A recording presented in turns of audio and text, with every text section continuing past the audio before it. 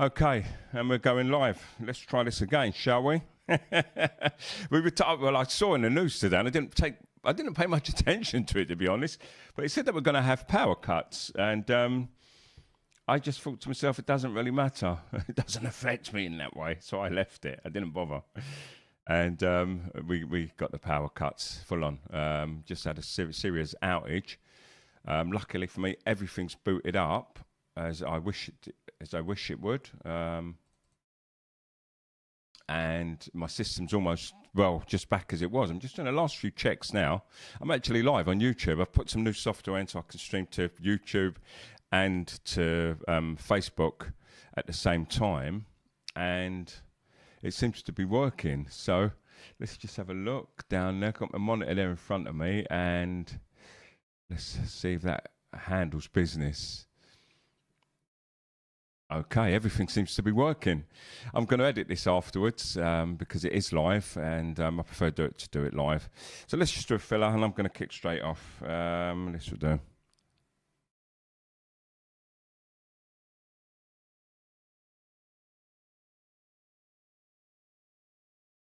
Hello, I am the OBG. Welcome to the OBG show. Tonight, the 10th of October, 2025. I just had an outage and everything went off. There were some warnings, but I didn't take much notice of it. I had the utmost confidence. So, if a tree falls in the forest, does it make a sound? It's an age-old question. I say it does. It's just that if you're not there, you can't hear it. But you know, this sound waves, the air's moved and so on. And there's also the argument that it doesn't happen unless you are actually there, in that it only happens if you observe it. So it has been said that things don't exist until you actually look at them. And this means until we take a measurement, or simply put, until we observe them. And this is a problem in quantum physics. And it's known as the observation problem, and it remains a mystery of how and why the act of observation or measurement appears to cause a quantum system to change from a superposition of states to a single definite state. Why are things there? And this phenomenon is commonly referred to as the collapse of the wave function. Now let's talk about the observation problem. So in quantum physics, particles like electrons and photons are described by a wave function, and this function encapsulates all possible states that a particle can actually be in. For instance, a particle can be in a superposition, and that means that it simultaneously exists in multiple states, and this can be in different positions, energies or spins, which are some of its attributes. However, when the particle is measured, we always find it in a single definite state, which means it's there it is. Now, the observation problem leads to the following questions. What triggers a transition from superposition to a definite state? And is the collapse of the wave function a real physical event? Or is it simply a change in our knowledge about the system? Why does observation lead to collapse? Well, the collapse isn't fully understood, but it is a result of how quantum mechanics models the interaction between quantum systems and classical measuring devices. And there are a few interpretations as to why this happens, and I think the most popular is a Copenhagen interpretation. And according to this standard interpretation, the wave function represents probabilities. And when we take a measurement, it forces the system into one of the possible outcomes. And this probability determined by the wave's function's amplitudes, known as the Born rule. And the Born rule states that the probability density for finding a particle at a certain position is proportional to the square of the amplitude of its wave function at that position. I don't even know what it means, but the act of measurement is inherently special because it involves an irreversible interaction with a macroscopic system breaking the superposition. And the more modern perspective is decoherence. Quantum systems are rarely isolated. They constantly interact with their environment. And when a system interacts with a measuring device or the superposition or with the environment, the actual superposition of the state becomes entangled with the numerous degrees of freedom in the movement and in the environment. And this process effectively destroys the coherence between quantum states, making it appear as if the wave function has collapsed. However, in this view, collapse is an illusion, and the quantum system and environment, in that environment, they're in a larger entangled state. Now, illusion pops up for me far too often and far too much for my liking in physics and philosophy. Then there's a many worlds interpretation, which avoids a wave function collapse altogether. And this supposes that every possible outcome of a measurement actually happens, but in different branches of a constantly splitting universe. And this means that trillions of universes exist, and this is the interpretation that I'm least content with. For every action that happens, you choose that path and all the others happen as well. And the reason I don't like it is because it denies the collapse of the wave function, and it posits that the observer becomes entangled with the superposition and it goes into exist in a specific branch according to a single outcome. Now, consciousness and other interpretations come into this, and more speculative and controversial views suggest that consciousness, or an act of observation itself, is what actually causes a collapse.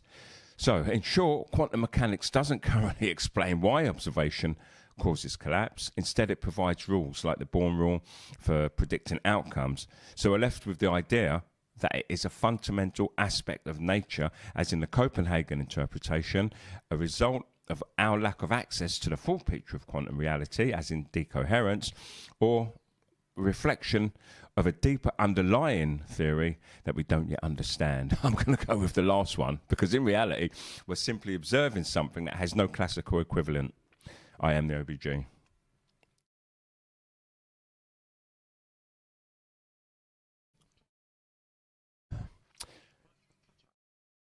Okay, hi, I am the OBG, and I'm going to do a talk quickly about, well, it's not even that quick, but I'm going to talk about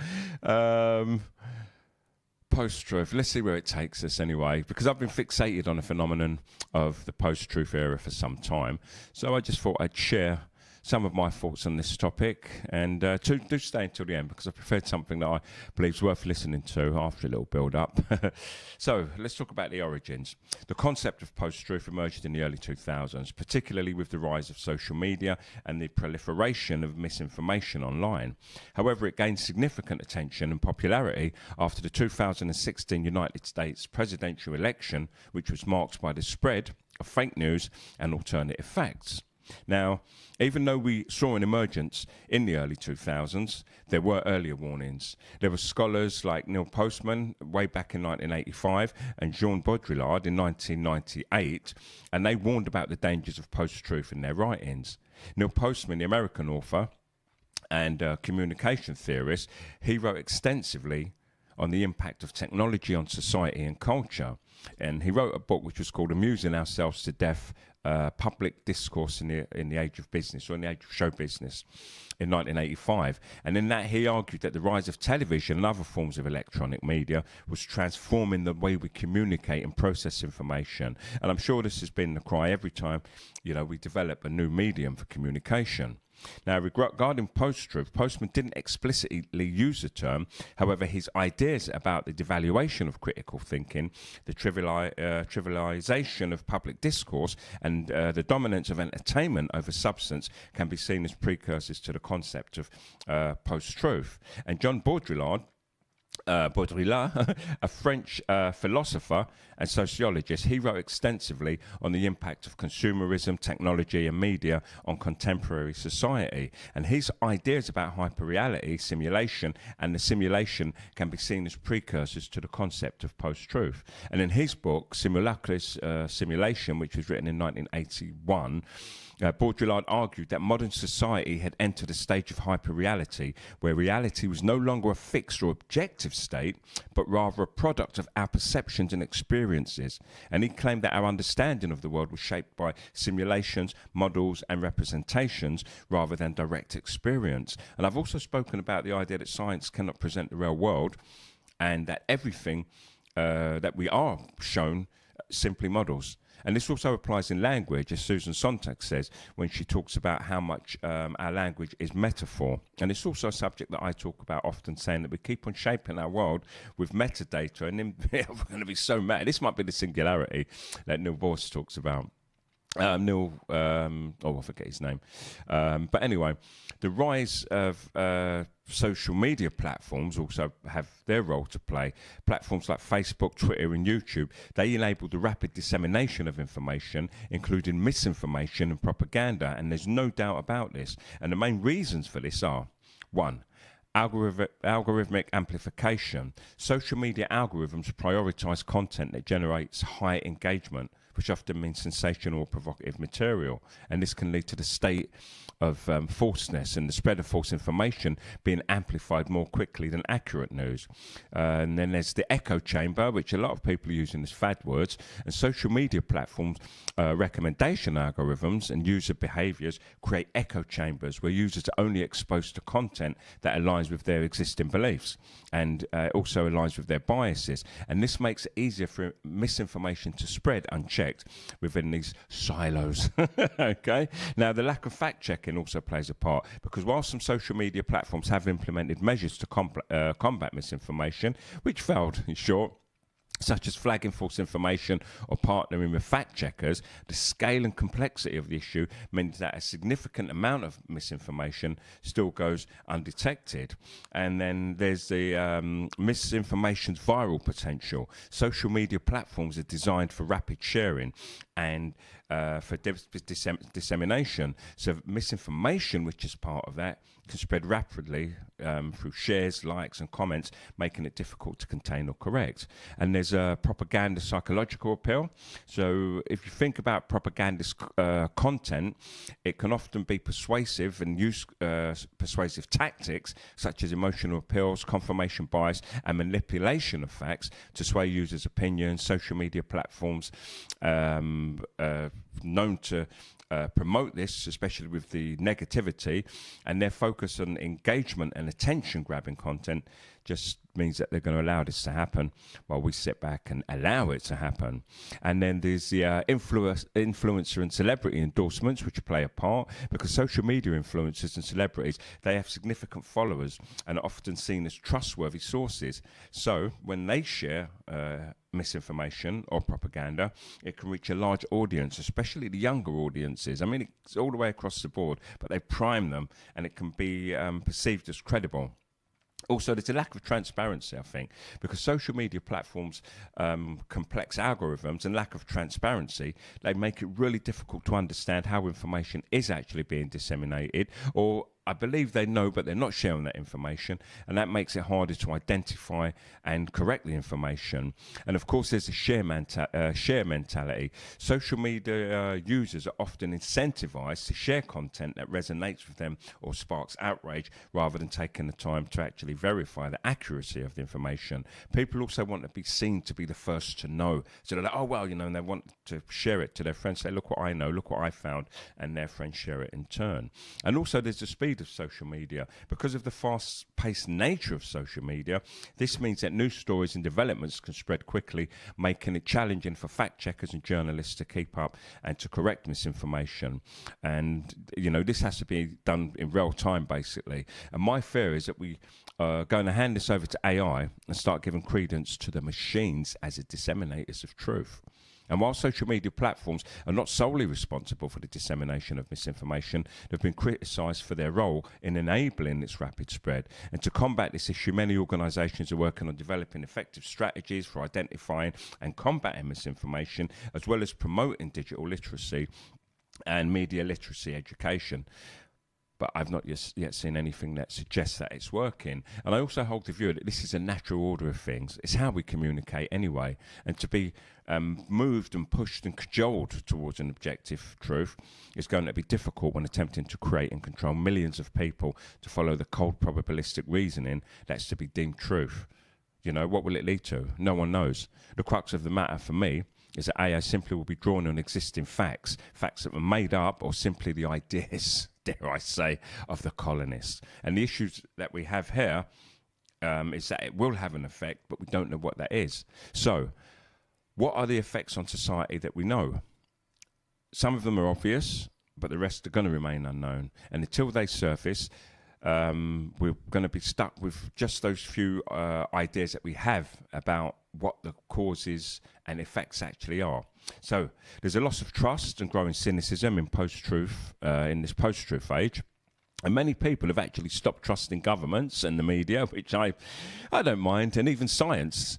There's constant, with the constant misinformation, this made the public more doubtful and cynical about almost everything they hear. Division and emotional manipulation, also false or misleading information spreads fast online, and there's a deepening social and political divide. So instead of reasoned debate, emotions are often used to stir anger or people's loyalty, and this makes real dialogue even harder. And there's a weakening of critical thinking and education, with emotions valued over facts. And many people accept claims without questioning them, and this has changed how we learn, forcing schools and universities to focus more on teaching critical thinking and media literacy.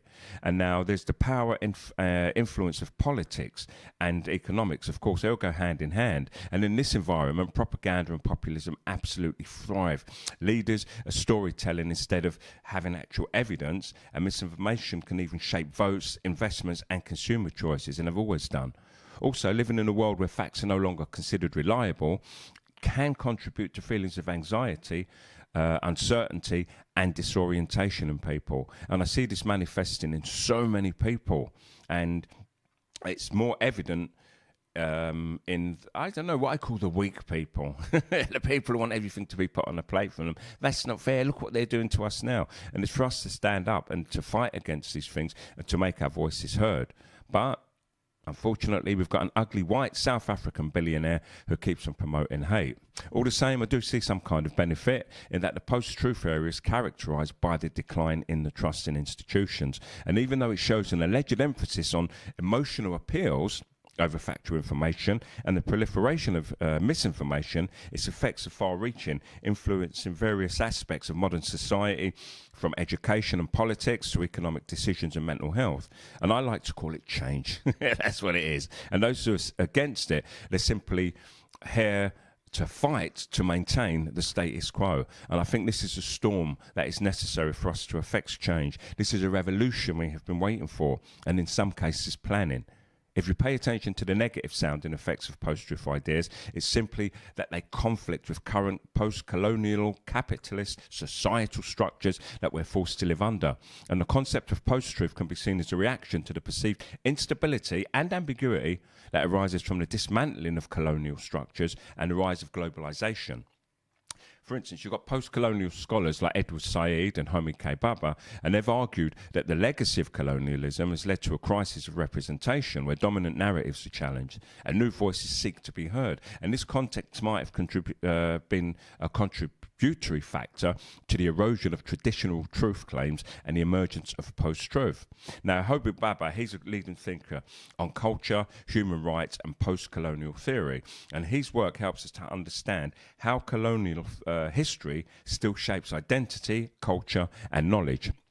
Now, although he didn't write directly about post-truth, many of his ideas connect to it through critiques of power, representation and meaning. Now, in The Location of Culture, a book which he wrote in 1994, Bhabha explained how colonial powers used language and images to create ideas of the other people seen as inferior. And this often meant silencing or erasing indigenous voices and knowledge. And in a similar way, the post-truth world creates dominant stories that can drown out alternative perspectives. And he also showed that colonialism wasn't only about control, but about mixing. Cultures blended and influenced one another, creating what he called hybridity. And this mix became a kind of a form of resistance, breaking down the lines between the powerful and the powerless.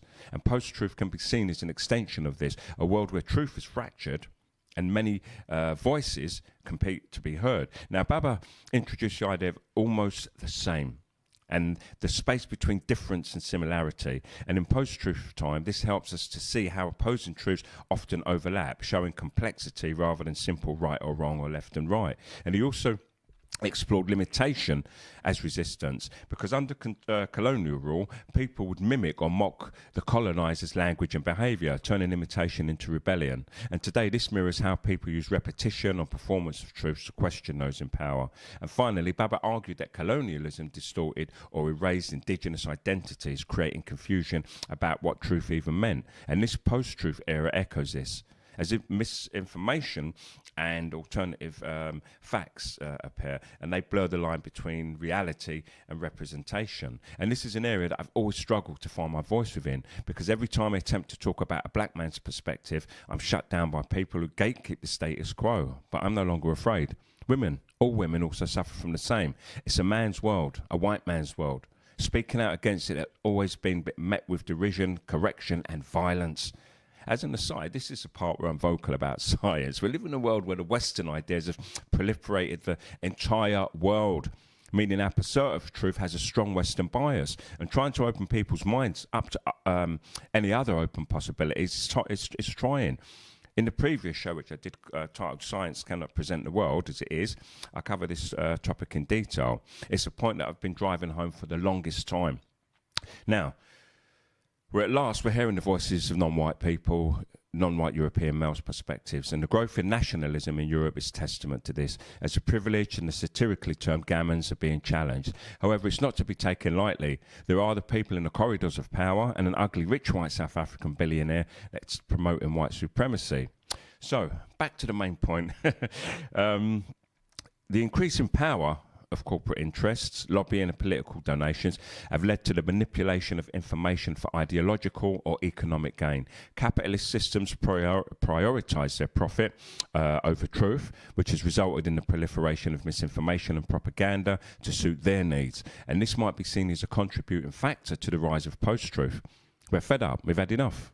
We're lifting the veil. And while these factors are interconnected, have influences over one another, take note of the fact that I'm not saying that post-truth is solely a product of post-colonialism or capitalism. There's a complex interplay here between technological, ideological and economic forces which have contributed to the rise of post-truth. And these are the visible causes. Maybe we're in the age of Aquarius. Maybe it's a metaphysical resurgence as we strive towards returning to living with and loving each other. My feeling is that we will surface in a brave new world, a world created with voices of everyone instead of the old institutions, the institutions that force control post-religion, attempting to forge a coherence according to the ideas of a few that was destined to fail. And the technological transformation they envisioned, and that they're still attempting to implement, may have been short-lived. We're human beings, flesh and blood, and all ideas forced onto us stating that we will live alongside the machines were lies. Every technological revolution that's happened creates tools for our use. People like the ugly South African, Steve Jobs and Bill Gates are simply colonial savages who had success in forcing their silicon dreams onto us. However, we've had enough. A leader will emerge and the change will be, dare I say, awesome.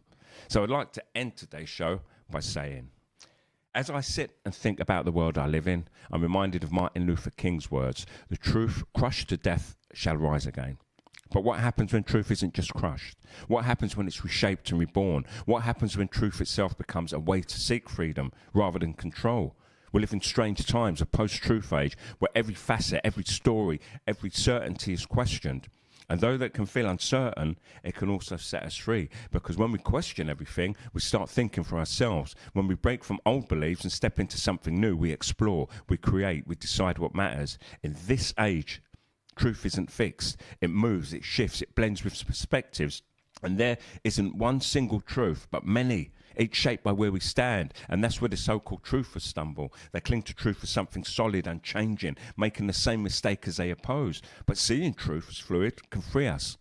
It lets us meet the world with open eyes, curious hearts, and the courage to listen. It lets us build bridges, not walls. Of course there's going to be dangers. There are those who twist confusion into control, who feed on uncertainty. But if we stay awake, if we keep questioning, we can turn this chaos into creation. We can grow, we can imagine, and we can rebuild. So, let's welcome the uncertainty. Let's embrace the questions, because in this search for truth and this shifting and ever-moving, fragile world, we have to be deeply human. And in doing so, we might just find our freedom together. I am the OBG. That didn't work. I haven't said that for a long time.